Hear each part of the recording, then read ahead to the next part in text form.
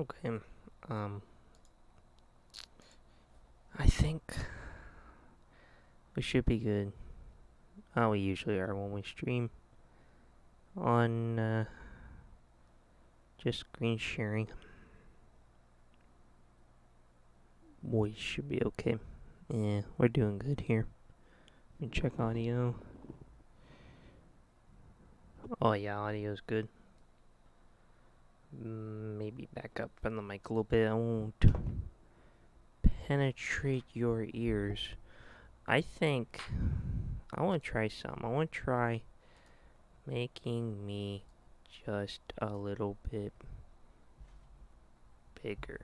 I don't know how much I like this, but let's give it a try.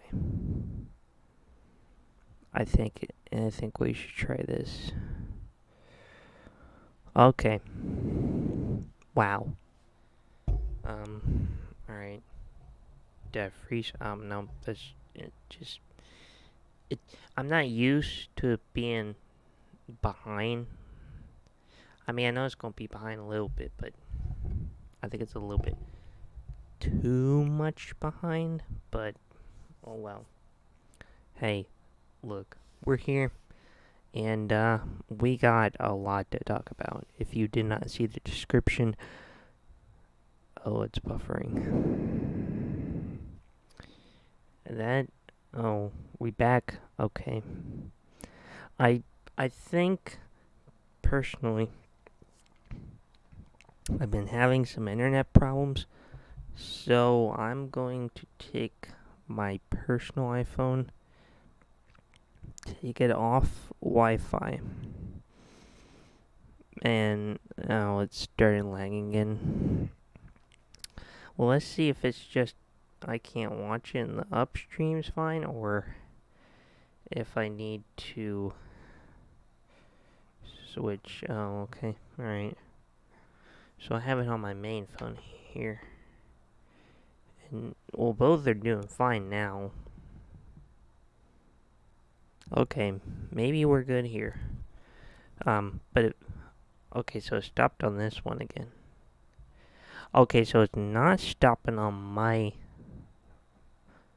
iPhone 12 Pro Max, so let me get my 6S on YouTube. Something, I kind of feel like maybe it could be the phone, because I've been having some troubles with my iPhone 6 Space Gray one. And I don't want to burn through all my data watching me. But I'm going to start here in a minute. Just okay. See, I don't care so much on my 6S because it's all visible and, unlimited data. So, I mean, I like it on my 12 Pro Max because it's bigger, but oh well. I'll connect back to Wi-Fi. Okay. Alright. So, let's start. Okay. So, our biggest topic we got to talk about is this. It is T-Mobile's brand new home internet solution, okay? So, basically what they're doing is they're taking, like, what's that thing you used to use? Mobile hotspot. You remember, like, back in the day, some of you may not, but back in the day, when phones didn't have mobile hotspot built in, we used to have these little squares about like this that ran off a little battery and would have, small wall charger with it. And you would get a separate SIM, a separate phone plan for your mobile hotspot. And it was like really low data. But the idea was if you didn't have internet in your area, which heck, some people still don't, they don't even have DSL. You had a way to get internet by connecting to a cell tower. So that's what this is, but this is like, I want to say it's kind of like a home pod size type device. And, It's probably, I don't know, I'd say that big around. Just from what I'm going off of seeing online. I haven't seen one in person. But so you get the device, right? And the idea is you want to stick it up on a windowsill or close to, you know, as less of a barricade there is, so you can get a good signal. Now, of course, you would have to do this if you were in a major city, let's say Cincinnati, Akron, Pittsburgh, Chicago, where you have millimeter wave support. So, I mean, considering you have a node outside your window that you could connect to.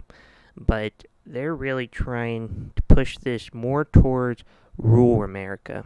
You know, the people who they don't have Spectrum, they don't have Comcast or Cox to provide them internet. They might even have AT&T to even provide DSL, and their only solutions might be HughesNet, Starlink, whatever that one Elon Musk made. I can't think of it. Or was it Starlink? I don't know. But satellite internet options. So I don't think it's a bad idea.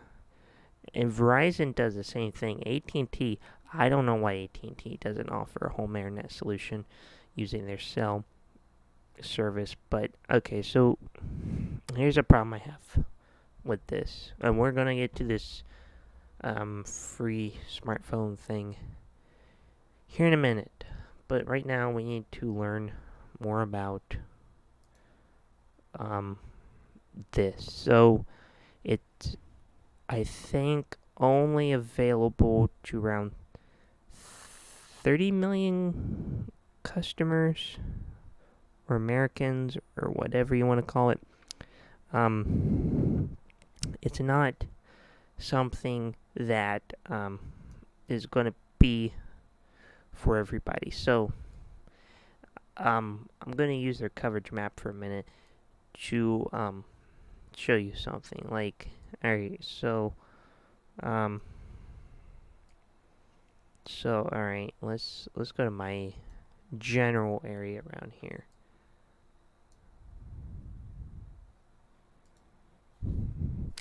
I can't stand how you always go on T-Mobile and they keep pestering you about, do you need help? Do you need help? Okay, alright, listen. So, let's say, hypothetically, alright, let's say I'm up here let's say I'm down here towards Cincinnati, alright? And let's say I have an apartment down there, and, I get T-Mobile's home internet thing. And then let's say I decide to move over here towards Wilmington, but I'm not in the 5G area. I'm in the 4G area. So even though the device can connect to 5G, it's going to be connecting to 4G when a 5G connection is not available. Does that make sense? Now, could it connect to 3G?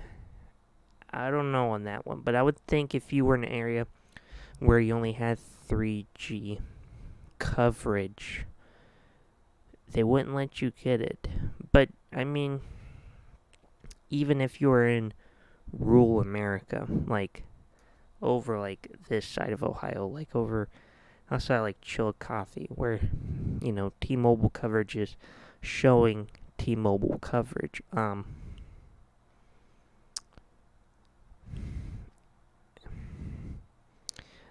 I understand the rural side of it, but if you've still got all these gray spots, which are for sure rural areas, why are you trying to aim this at rural America? Do you get what I'm saying? I wish we could see a picture of the device so you have a better idea of what it's like, and I will explain how you get it because I tried to, but I had to factor in a couple other things. So trying to see if we could find. Alright, so look, when you're going to sign up for it, you'll press check availability. And, okay, maybe here. Okay, so this is the, device, right? It's made by, I want to say, don't call me on this. I want to say Nokia made this. Or Gateway, one of the two. I don't know. But, I was really surprised that it was Wi-Fi 6. And, you can actually hook up your own. The way I'm taking it as is you could hook up your own router if you don't want to, which you shouldn't use it as a modem and a router. Oh, okay, so it's a gateway. I figured. They're pretty well known in the wireless home. What do you call that? Like, they do networking. That's what they make. Now I was watching Stetson's live stream afterwards. I was listening to it at work, and he had Sneed on there. If you know who Sneed is, and he was saying, I think it was him, talking about how he's got one in the basement of his house, and he's getting it everywhere in his house, which I thought was pretty interesting. So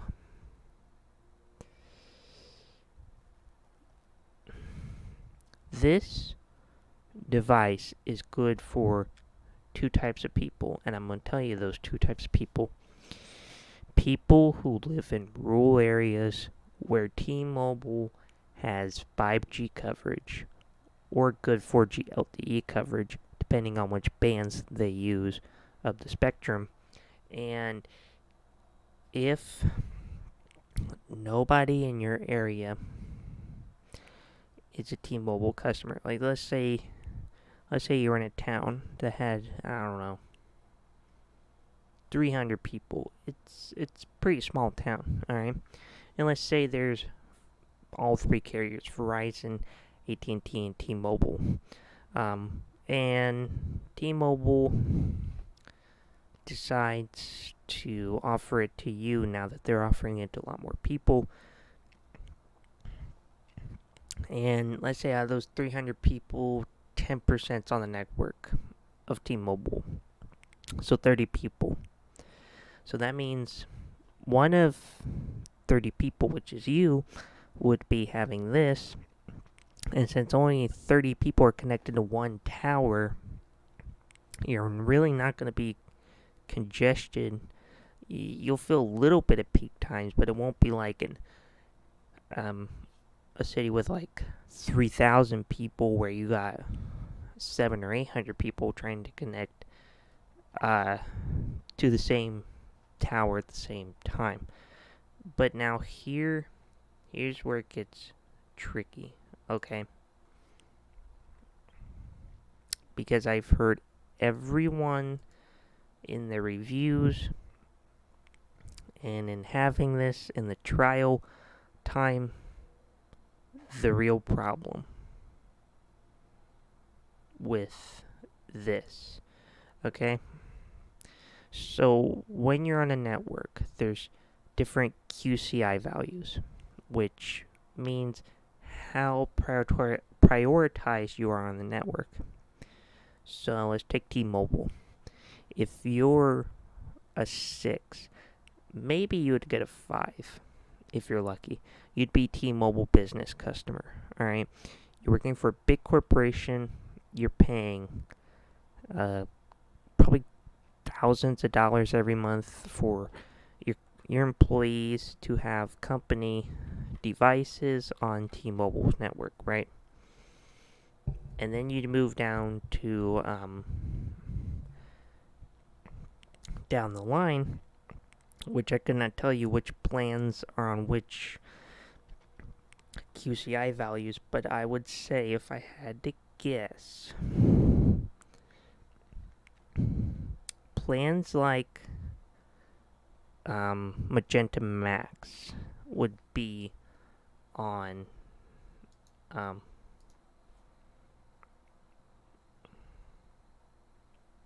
would be on the higher priority level because it's postpaid. And what postpaid versus prepaid data means isn't just so much paying it before you use it and paying it after you use it, the pre and the post, but it's also including you have to pass a credit check, you have to get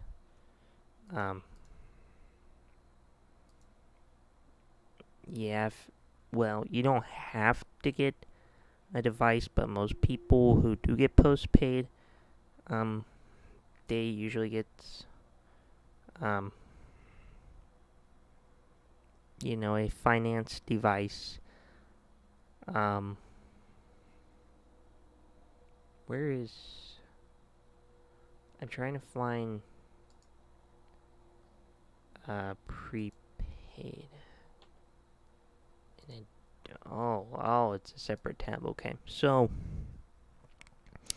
that would be like a 6. Okay, a 6 or a 7. But I don't know for sure. Like, if you're on Magenta Max, you're getting it. You're getting the priority. Essentials, you're getting deprioritized, even though it claims you get premium data, but what I've heard is it's really not. So,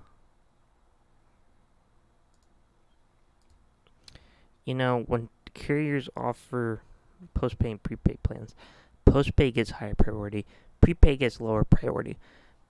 Now some of them get like the bottom of the barrel per se, like a QCI 9, which means you get the lowest speeds, you're the lowest priority on the network. And from what I've heard, this right here is basically what that's on. And nowhere do I see them boasting, you're getting the same priority as these postpaid customers, which you should. I mean, it's a home internet solution. You need speeds, and you need priority to get those speeds. Now, I understand if you got 6 or 7 people streaming 4K, okay, maybe you could slow them down. But if it's just like a family 3, family 4 streaming 1080p or 1440p at the same time, that is fair amount of use, but that's not something to justify being deprioritized. But if everybody was doing that, you'd all be seeing buffering because you're deprioritized on the network.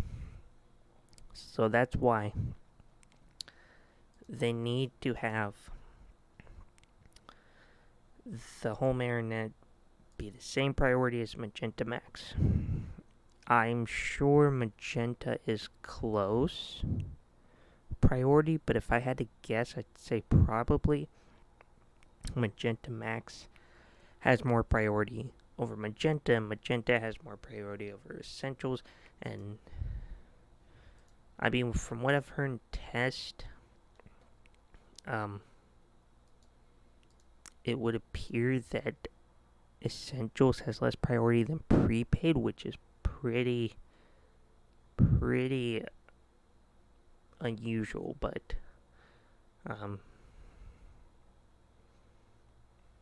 I mean, this is just how it is. I mean, and I think different carriers do different prioritization better, especially way better than T-Mobile. Even Verizon does, but I think AT&T kind of does the best prioritization as one of the big three.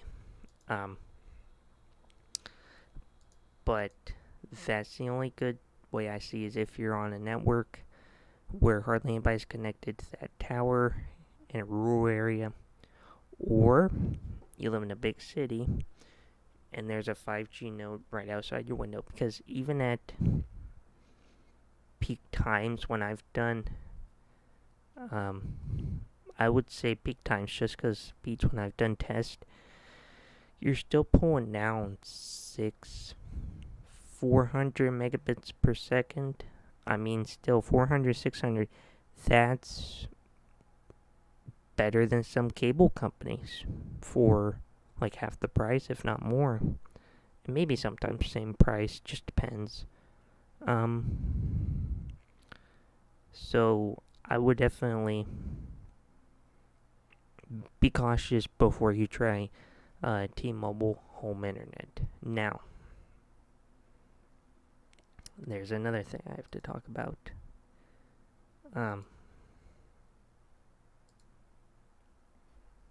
The free Samsung Galaxy A32 5G. This is so hard to understand.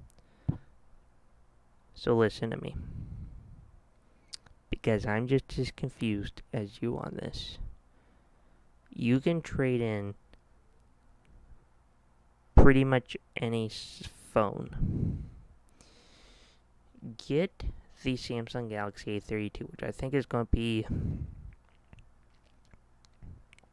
somewhere in the neighborhood of around $300. Mid-range device, of course.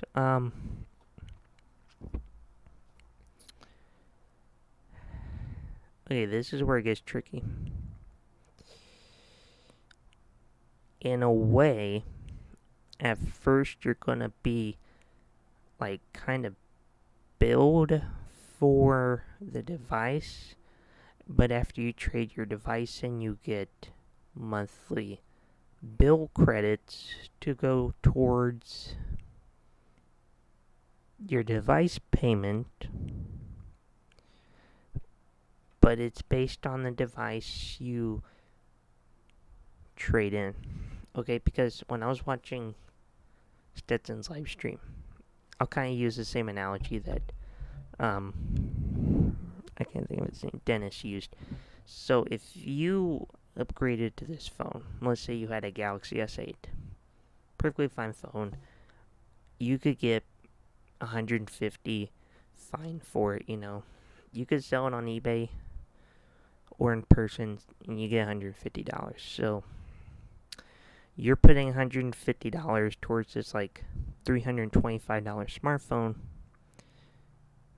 You still got $175 to pay off, right? And you're downgrading because the S8 is flagship 2017 hardware, when, if I had to guess, probably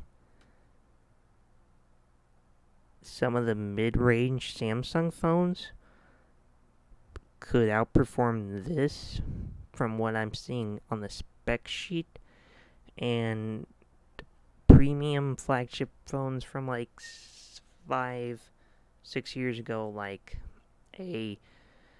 probably, if I'm being honest, an S6 could probably outperform this thing. The only reason why it costs so much is putting the 5G bands in there. And I don't know that it supports all the necessary 5G bands. But from what I'm hearing from reviewers and whatnot online is that it's kind of similar in a way to like a A71 5G, except it's a little bit cheaper than that was new. Because I think that new came in was like $500. It's like I want to say 330, but don't quote me on that. So it's just really complicated to get it for free. But if you were on an S6, an iPhone 6, 6S, maybe an S7, I would justify upgrading to this. But if you have basically a 2017 flagship or newer, or you have a pretty good mid-range device like an A51 or A71 Samsung phone, or even like a Google Pixel 2 or 3, I don't see how this is an upgrade more than a downgrade, and it would be pretty hard to get it for the actual free. So, and Verizon's got this pretty good deal right now where you can get up to $1,000 when you trade in a phone, even if it's broken. So, but device financing is more complicated than it needs to be. It really is. I'm trying to take all the topics and not make it so long. I'm also sorry if it's loud outside. I have the window open because it's nice out. So, something I want to go in depth more, and I'm not going to spend too much time on this because I've talked about it a lot. But here's a new problem that I have been discovering recently with the AT&T 3G shutdown. There's 5 different sheets right here, and they all show manufacturers, what phones will work after the shutdown, and which ones won't. Okay? So, it's very, very specific. I mean, it's to the manufacturer and the model number, let alone the model. Okay, but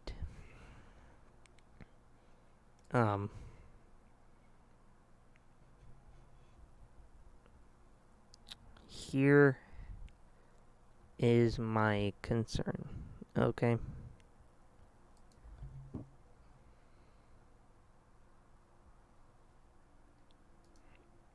This is what I'm most worried about. The Apple for the iPhone, I'm not so worried about. It's all this down here, the Galaxy lineup, because I bought a lot of 3 Samsung phones, which I will do a video on when they come in. 2 of them were AT&T models, and one of them, the S7 Edge, was a Verizon model, which won't work on here, which I'll explain the problem here in a minute for those of you who don't know, if you don't see it already. Let me pull up eBay real quick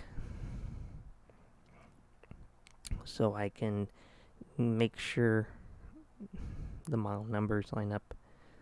Okay, so we'll go to, I know the A6 does, because the A6 was the A601, which is right here. Okay. So that one's good. We can't worry about that one. But I'm worried about the Note 4, even though I'm pretty sure it was good. Yeah, A600A.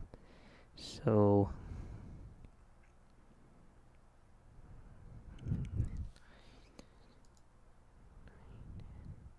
look, N910A is the model number, and right here it says that phone will work. However, the Galaxy S7 Edge is alright, right here, Galaxy S7 Edge, G935V, not A, V.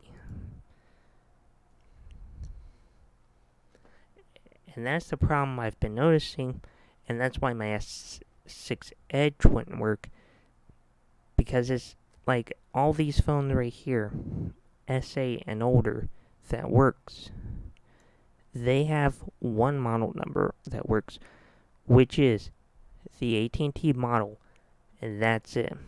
Why that's a problem is because if someone had an S7 Edge and they paid it off at Verizon a couple years back, it's unlocked, and like they're gonna give it to their kid to use, and they want to get AT&T, can't do it because of the model number, and your account will get suspended. You have to call AT&T to get it. I'm sorry, reactivated, not suspended, and it's just not good. And this is something I really think we need to be worrying about. But I'm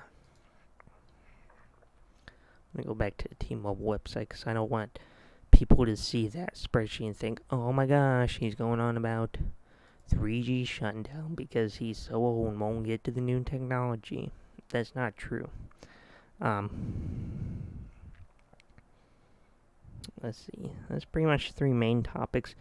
Oh yes, one of the things I was going to talk about is I didn't think live stream was going to be done this quick, but so I told you about the update on my 3 Samsung devices that are coming in. I have my S9 Plus. Hold on.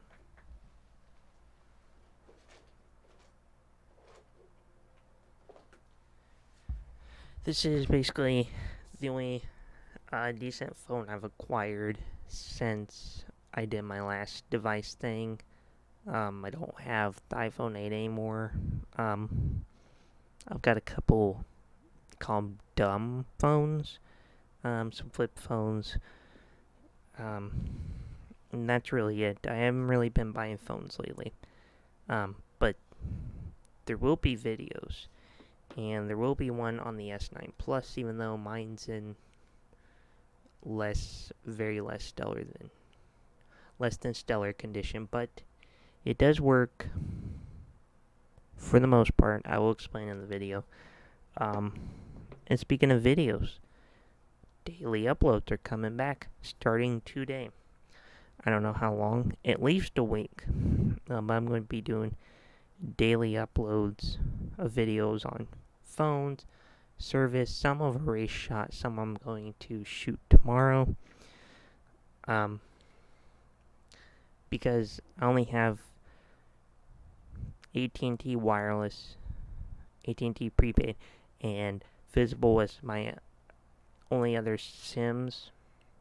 Because my track phone ones, they went out. I didn't feel like renewing them or anything.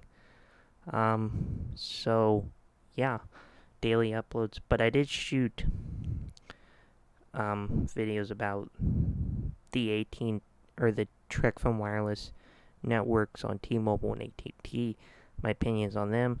I think I shot Visible 2 and how you can get 3G still in 2021. And then I will do.